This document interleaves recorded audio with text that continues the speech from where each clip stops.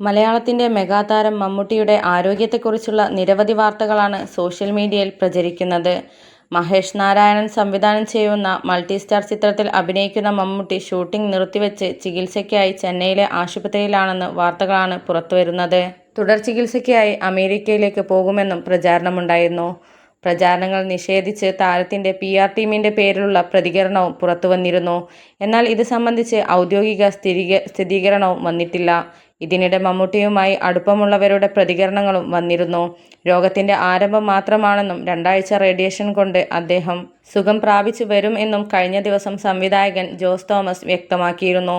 സംവിധായകനും big boss താരവുമായ അഖിൽ മാരാറും വിഷയത്തിൽ പ്രതികരിച്ചിരുന്നു.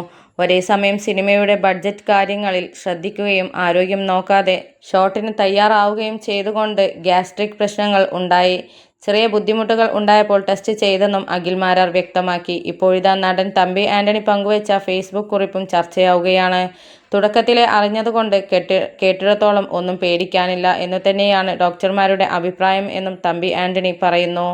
ഓപ്പറേഷനോ റേഡിയേഷനോ എന്നുള്ളത് അദ്ദേഹത്തിന്റെ ഡോക്ടറാണ് തീരുമാനിക്കേണ്ടതെന്നും തമ്പി ആന്റണി വ്യക്തമാക്കി. കുടലിലെ ക്യാൻസർ കൊളോണോസ്കോപ്പിയിലൂടെയാണ് സാധാരണ കണ്ടുപിടിക്കാറുള്ളത്. 50 വയസ്സ് കഴിഞ്ഞാൽ 10 വർഷത്തിൽ ഒരിക്കലാണ് അത് ചെയ്യാറുള്ളത്. മമ്മൂക്ക തീർച്ചയായും അതൊക്കെ ശ്രദ്ധിക്കുന്ന ആളായിരിക്കണം. ഭക്ഷണകാര്യത്തിനും അദ്ദേഹം അതീവ ശ്രദ്ധാലുവാണ്. പളുങ്കിൽ അഭിനയിക്കുമ്പോൾ ഞങ്ങൾ അമ്പിളിച്ചേട്ടനുമൊത്ത് ഒന്നിച്ചിരുന്ന് ഭക്ഷണം കഴിച്ചിട്ടുണ്ട്. അന്നേ ഞാൻ അക്കാര്യം ശ്രദ്ധിച്ചിരുന്നു.